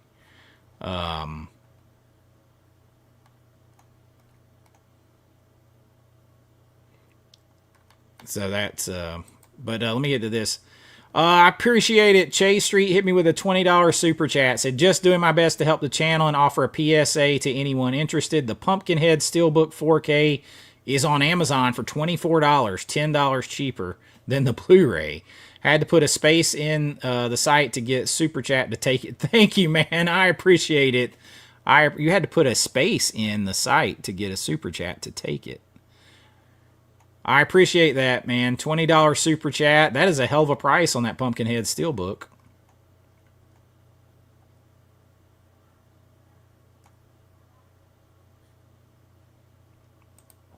Correct. Like, I mean, Michael Bay has a very distinctive style for sure. But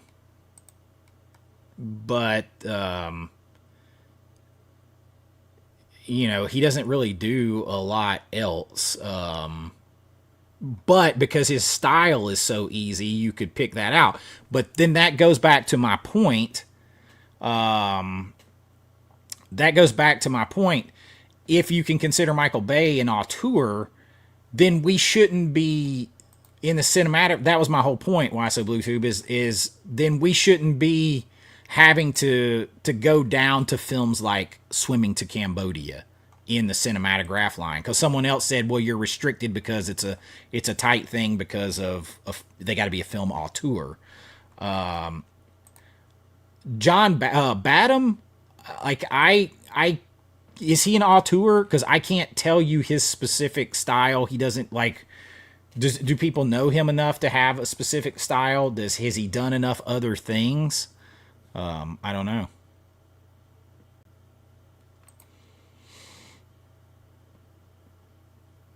Yeah, Michael Bay is movie go boom, lots of action, which is fun. It's fun. Tim Burton has a very distinctive style, very, very much, and Tim Burton has a shit ton of creative control over everything else, everything. So I think you're going to run into this a lot, Don. I think, and Don was the one who was talking about this earlier, and I think he brought this up, and I think Justin Liberty is less constrained by the rules of the cinematograph line as far as an auteur, and more constrained by picking what he wants specifically to be in it because it's his curated collection. So again, that goes back to he could expand further, but he's not because he's curating his own personal collection. And that's my point right there.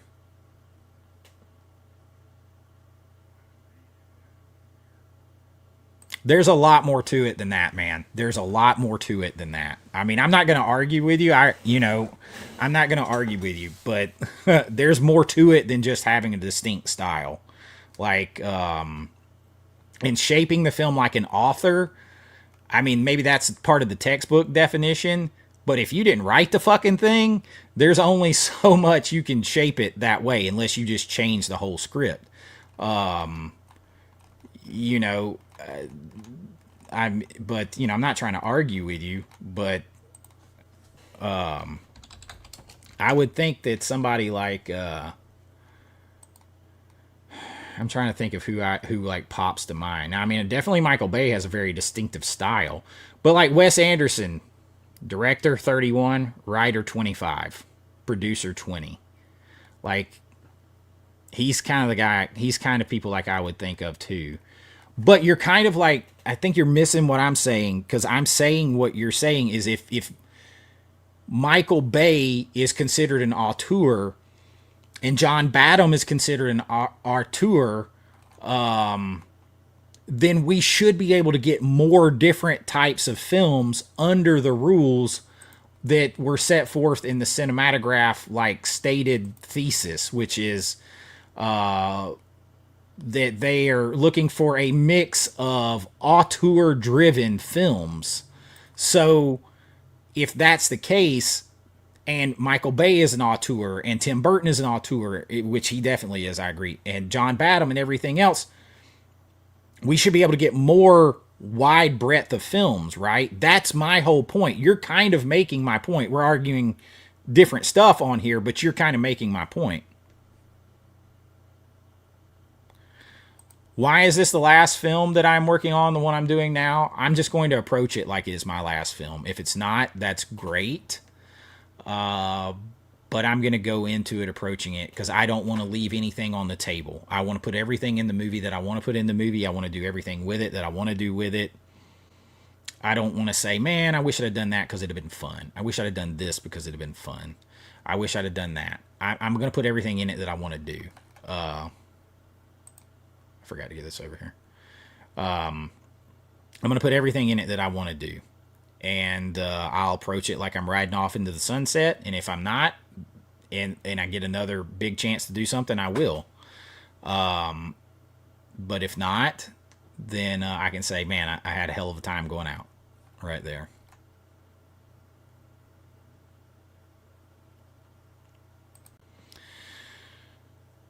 I am writing the story with constraints that I know that I can pull off with budgets that I've gotten before or budgets that maybe are a couple of times what I've gotten before. And then I will leave it because I've done this a lot. I will leave it where I can expand rather than retract. I don't want to write it so big and have to retract. I'll write myself into a situation where I can expand. So that's what I will do. Yeah, they definitely do. They definitely do, man. And that's the problem. But that sort of is my whole point. He's curating a list of movies that he likes and he wants. And then when they're not selling because they're going too far, they're too esoteric stuff, they're not reaching people outside of what he likes, his rebuttal was, well, We're No Angels or some of these others in 4K because the 4Ks aren't selling because they're a few dollars more expensive. That, in my, because he said that on a Facebook page. My argument to him is that's not why. It's the titles you're picking. Because the better titles, the Red Rock West, the Little Darlings, the Drop Zones, those are selling way better because they have a better appeal. That was my argument. So if we can put movies by people like those in there, and you're okay with that, then you need to expand that versus going after Go Fish and stuff like that. That's a niche that you like, that's kind of out there, and other people don't like it. So we're kind of arguing the same thing from a different way. Yeah, Chase Smith, the final chapter. Only one Beetlejuice. Only one.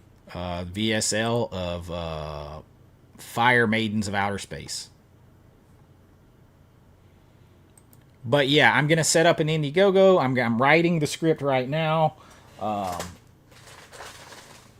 I start handwriting. I have put some stuff down,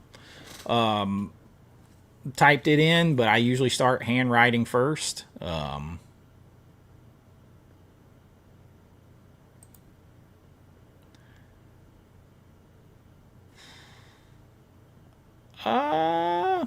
What do I see as some of the biggest changes in filmmaking that you feel may have passed you by for your own productions? Well, I don't feel like anything has passed me by because I was already shooting digital and all that kind of stuff.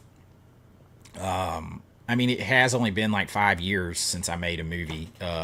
So, and it's been less than that since I had to edit my final one. So it's not really been all that long, but, I was already shooting digital. I was part of the digital process already, all that. So all it'll be is I'm using a better camera now. I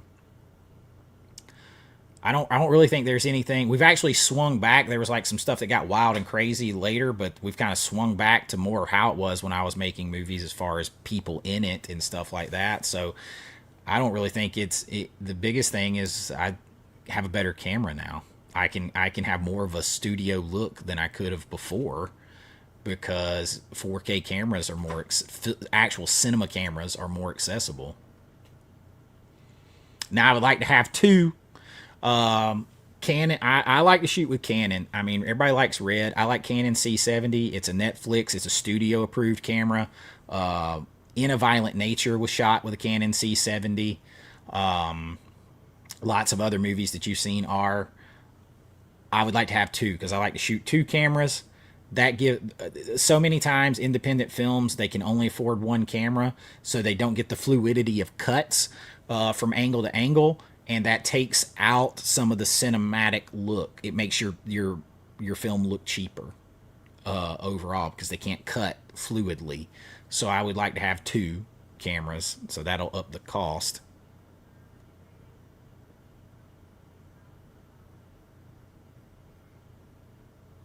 Yeah, I'm about to have to head out too, Lone Soldier. You just added 5 more people to the family. Did I miss it? Oh, snap.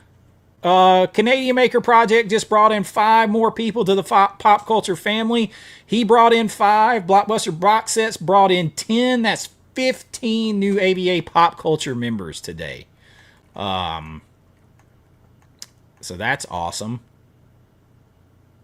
Oh my God, man. That would, dude, I couldn't imagine doing that, because think about it. So if you've got 2 cameras and you shoot 10 hours of footage in a day, you've got 20 hours of footage from that one day that you're sifting through. Every time you add a camera, you compound it, you double it. So holy crapola. There is a convoluted trick.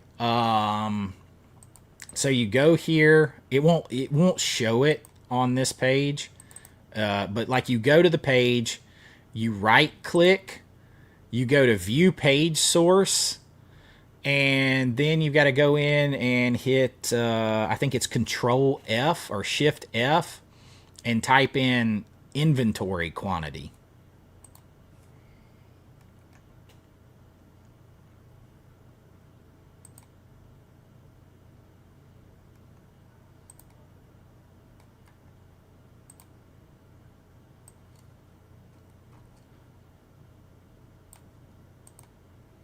So I told somebody earlier was asking about my shirts. We was talking about stuff.